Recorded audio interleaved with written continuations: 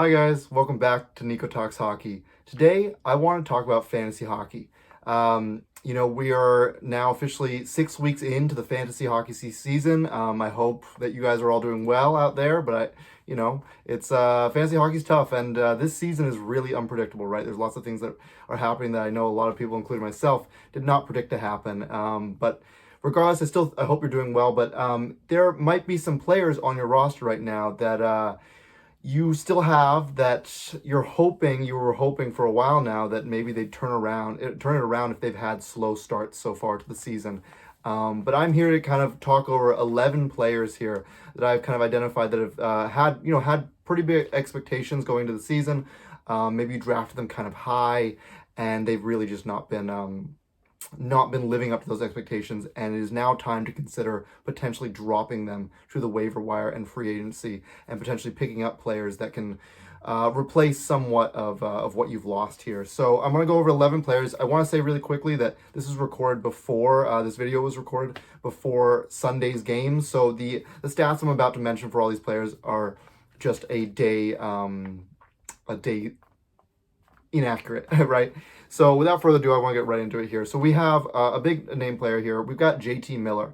So JT Miller, all these players I'm going to tell you whether go over their stats, go over what I expect for them for the rest of the season, and then tell you if I think that it's a good idea to keep them, stay patient with them, or is it time to cut them loose, let them go,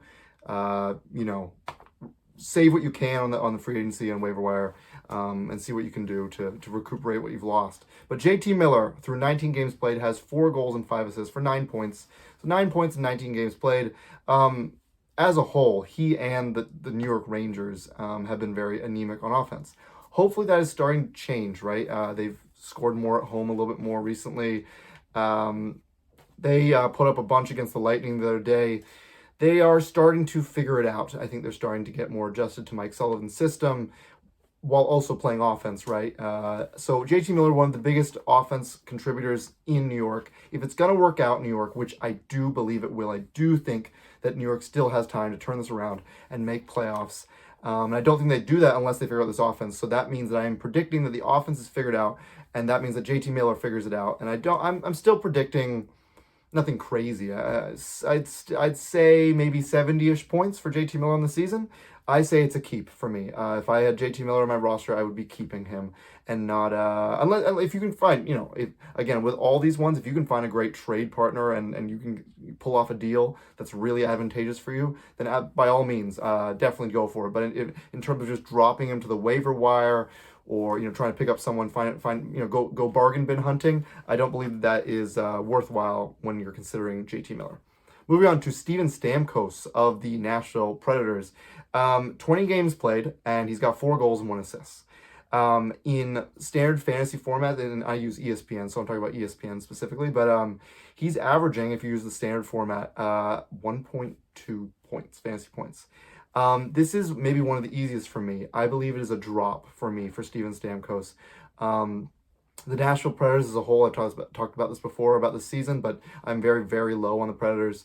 They're one of the worst offensive teams in the league. They're one of the worst defensive teams. I don't know if there's any player on the Nashville Predators that I would be super happy on my team. Maybe Roman Josi. That would be about it. But yeah, so as a whole, I think the Nashville Predators, if you've got Predators, you might want to consider dropping or selling. Steven Stamkos, love the guy, love him as a player, love him as a person even more. But as a fantasy asset, I think you got to drop him. Moving on to Matvei Michkov of the Philadelphia Flyers. Through 18 games played, has 4 goals and 5 assists for 9 points. Started out really slow, has picked it up a little bit, has been adjusting a little bit better to Rick Tocchet's systems in Philadelphia. He's a young player, and I heard actually, I was kind of hard on Rick Tocchet. I still am a little bit, because I think that it's never good to just kind of pigeonhole a player into your systems. You got to work with them, right? But I also heard that, Michkov, he didn't come into the season, fit. He was kind of out of shape to start the season. So that's not a great thing. That's kind of a learning curve, I think, for some young players who maybe don't have that under their belt yet, of just knowing that you have to be prepared as soon as training camp starts. You have to be prepared to hit the ground running. And Michkov, I think, didn't, but I think that he still will turn it around. I'm liking what I'm seeing from the Flyers so far. As long as he keeps getting more acclimated to the system, for Rick Tocchet's system, and the Flyers keep gelling as a whole, I'm a big keep on Michkov.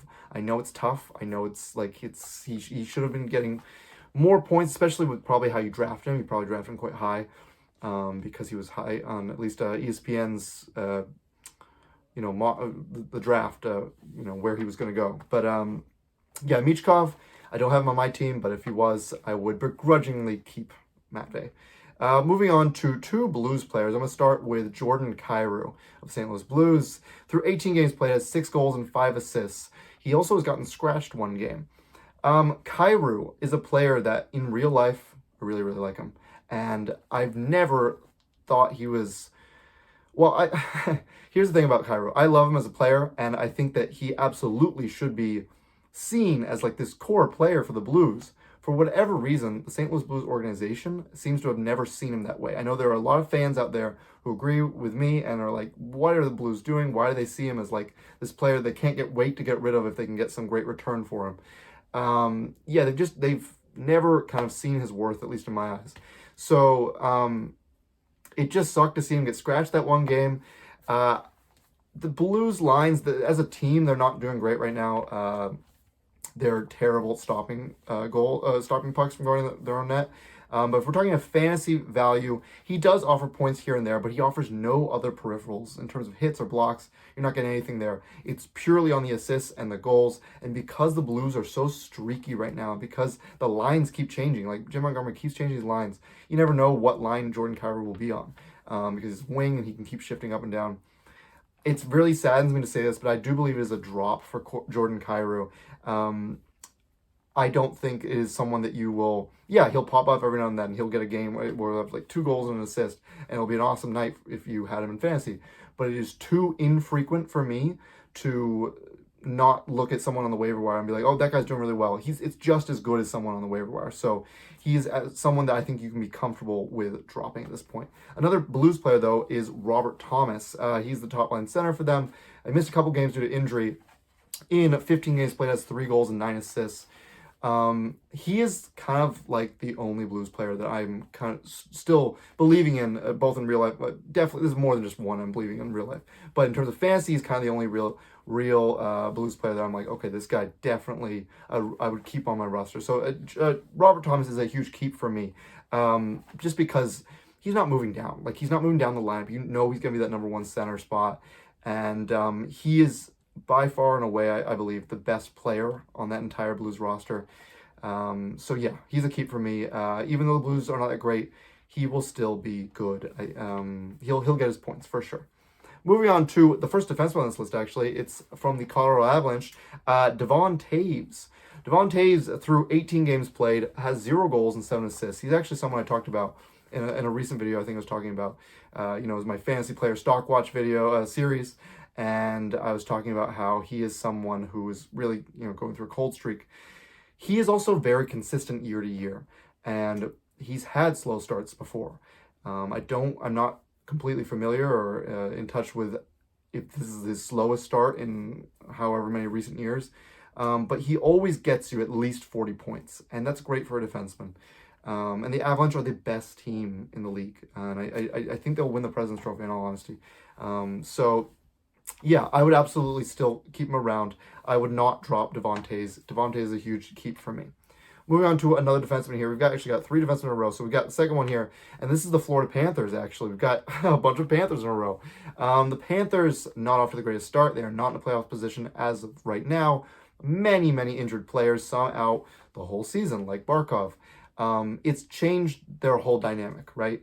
Without Barkov and without Tkachuk, they've had to change how some of their players currently play. So for Seth Jones of their defense, he's not had the greatest start in terms of points-wise, because I think you're missing some of those top-line talents and top people on the power play where he's on. So he's in the number 1 power play unit. Through 18 games played, has 1 goal and 8 assists. So he's got 9 points. The assists are there. Because he's on the number 1 power play unit, and because Kachuk's eventually going to come back, I imagine it will probably be December. Sometime in December. I do think I would keep Seth Jones. It is definitely close, but I think that defenseman, it's harder, I think, to find someone who, unless you play more of a banger stats kind of league where hits and blocks matter a lot, it's hard to find a defenseman who can put up that many points like Seth Jones can. So for me, he's a big keep. Moving on to another defenseman, though, it's Gustav Forsling. Forsling of the Panthers, he is not on any of their power play units, at least currently. And for me, it's the opposite story of Jones. Because Jones has that access to the power play and get points there. It's definitely a keep, I think, for me, for Jones. But for Forsling, it's a drop, actually. Through 18 games played, has 0 goals and 8 assists. So he only has 1 less point than Jones. But I think that I trust Jones's ability to kind of get those points. And what Forsling is averaging right now, an average kind of like a fantasy score in ESPN at least, it's quite low. I believe it's like less than 1. It's like point something. So that's really unimpressive for me. I do believe there are better defensemen to get out. Real life, Forsling's awesome, perhaps even underrated. But in fantasy, I'm just not. I would be ready to cut him loose if I was an owner of him. Another player on the Panthers, trust me, it's the last Panthers player I'm talking about, though. This one was the hardest for me to make an opinion on whether to keep or drop him. It's Carter Verhaeghe, and he's actually the person that I actually have on my fantasy roster of all these players. Through 18 games played, has 2 goals and 6 assists for only 8 points. He was a player that I drafted, and I didn't reach for him too high, but he had a kind of a down season last year. I expected a bounce back. I expected a big bounce back, and so far, it's looking potentially worse than last season. After lots of thinking about it, I do think that I'm going to keep him for now. I think I might keep him just because I think that once Tkachuk comes back and you can get more access to that and he can start playing more like his regular self, I think he's being forced into a role that maybe isn't so great. The Panthers just as a whole, it's very early, I think, still. It's important to remember that's early. So I'm going to go with keep for Verhaeghe, but it's the most tentative keep. I would not be, if I ended up dropping him, I don't think I'm also being a liar or a hypocrite. It's just more like, it's finally shown its colors that, it's time to drop Verhaeghe. So let me know in the comments also if you have Verhaeghe or you think that it maybe would be time to drop Verhaeghe. Maybe I'm being too stubborn. I'm holding on to him when I should just let him go. Moving on to the last 2 players here, though, a Washington Capital by the name of Alexei Protas. Through 18 games played, has 5 goals and 5 assists. That's pretty good. But it's also about the expectations on Protas and the Capitals as a whole. They are really not great at scoring goals right now as a team. And Protas has always been the guy, like at 5-on-5, he's great. But when the whole team is kind of suffering, not only on power play, but also 5-on-5, it's really tough. And I'm pretty low on the Capitals right now. I don't believe they're going to really solve all the scoring problems, because I think a lot of it is because of the regression of last year. Last year they hit all these highs, all these players hit all these highs of points and stats, and it's coming down to earth now. And I think it's reflecting a little bit more of reality. So for Protas, I'm actually I'm a drop for Protas. I do believe that I would drop him if I had him in my lineup. Definitely for all these picks, you're free to disagree with me and tell me if I'm an idiot if it ends up, that these players are like, they end up being good. But for me, I just know what I would do, and I would not keep Protas around. I do believe you can find an equal or better player on the free agency or waiver wire. And the last player I want to talk about here is Nikolai Ehlers of the Carolina Hurricanes. This player, oh my gosh, along with Svechnikov, really early on, Svechnikov looked like he wasn't even trying, but Ehlers was looking like he was trying, right? He was just getting snake bitten or what? And now the points are finally coming. So through 18 games played, has 4 goals and 8 assists. He's got 12 points in 18 games. It's over half a point per game. It's catching up there to a point per game. He's really cooking now, and so is Svechnikov actually. For me, Nikolai Ehlers is a keep. I think that he's finally, he's adjusting to the new system of Rod Brindamore. It's obviously the new team. And if I was a holder of Nikolai Ehlers, I would be holding on to him for more time. But that has been it. That is 11 players I want to talk about in regards to fantasy, about whether or not to keep or drop them, whether it's time to cut them loose or still have patience with them. and hoping they don't continue to burn you. Thank you so much for watching. If you enjoyed the video, please consider liking and subscribing. Let me know in the comments how your fantasy seasons are going, and if you have any other fantasy questions. I'm continuing to do the Fantasy Player Stock Watch series. That's going to continue all season. Thank you again for watching, and I will see you guys in the next video.